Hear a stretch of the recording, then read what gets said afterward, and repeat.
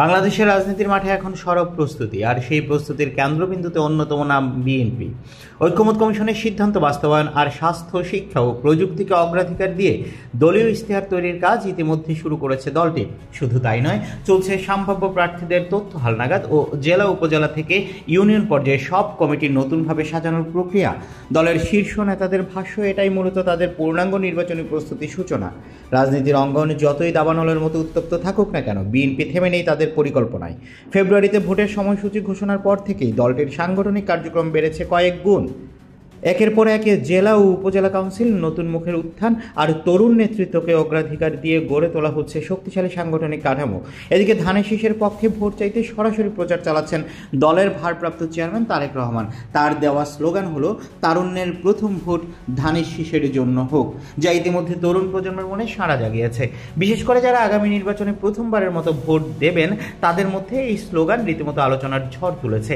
দলের মহাসচিব মির্জা ফখরুল ইসলাম আলমগীর জানান, জেলা সম্মেলন আর রাজনৈতিক কর্মসূচি সমান্তরালে চলছে। কয়েকদিনের মধ্যেই প্রার্থী বাছাইয়ের কাজ শুরু হবে বলে জানিয়েছেন তিনি। আর এই বাছাইয়ে থাকছে একেবারে নতুন ধারা। জানুয়ারি থেকে মে পর্যন্ত সারা দেশে অন্তত 4 দফা জরিপ চালিয়ে প্রার্থীদের গ্রহণযোগ্যতা যাচাই করেছে হাইকমান্ড। শুধু আন্দোলনে ভূমিকা নয়, জনপ্রিয়তার, যোগ্যতা আর মেধার সমন্বয়ই এবার হবে ধানের শীষের প্রার্থী বাছাইয়ের মূল মানদণ্ড। স্থায়ী কমিটির সদস্য সালাউদ্দিন আহমেদ জানান, দল এবার এমন সংসদ সদস্য আনতে চায় যারা শুধু অভিজ্ঞ রাজনীতিবিদই নয়, বরং জনগণের প্রত্যাশা পূরণে দক্ষ ও মেধাবী। তিনি আরও বলেন, জাতীয় ঐক্যমত্য কমিশনে যেসব প্রস্তাব পাশ হয়েছে সেগুলোকে অগ্রাধিকার দিয়ে নতুন ইশতেহার তৈরি করা হচ্ছে। শিক্ষা ও স্বাস্থ্য খাতে বড় ধরনের সংস্কার আনার প্রস্তুতিও থাকছে, যাতে প্রতিটি নাগরিকের প্রাথমিক স্বাস্থ্যসেবা নিশ্চিত হয় এবং প্রতিটি শিশুর শিক্ষার অধিকার বাস্তবায়িত হয়। উল্লেখযোগ্য বিষয় হলো, 2018 সালের নির্বাচনে 11 দফা অঙ্গীকার করেছিল বিএনপি, যেখানে গণতন্ত্র, আইনের শাসন ও মত প্রকাশের স্বাধীনতা থেকে শুরু করে বিচার বিভাগের স্বাধীনতার মতো বিষয়গুলোকে গুরুত্ব দেওয়া হয়েছিল।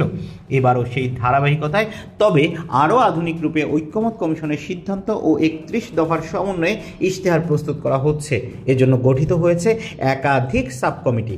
স্থায়ী কমিটির সদস্য হাফিজউদ্দিন আহমেদ বলেন, বড় দলে প্রতিযোগিতা থাকবেই, কিন্তু মনোনয়ন বাছাইয়ে জনপ্রিয়তাকেই প্রাধান্য দেওয়া হবে। ভারপ্রাপ্ত চেয়ারম্যান প্রতিটি বিষয়েই সরাসরি নজর রাখছেন।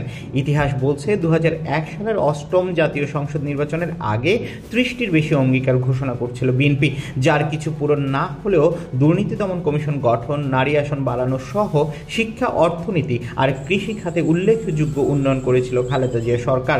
সব মিলিয়ে আসন্ন ত্রয়োদশ জাতীয় সংসদ নির্বাচনকে সামনে রেখে বিএনপি শুধু আন্দোলনের রাজনীতিতেই সীমাবদ্ধ থাকছে না, বরং নতুন প্রজন্ম থেকে শুরু করে গ্রামীণ ভোটার পর্যন্ত সবাইকে আকৃষ্ট করতে বহুমুখী পরিকল্পনা ও আধুনিক কৌশলে নিয়ে এগুচ্ছে তারা।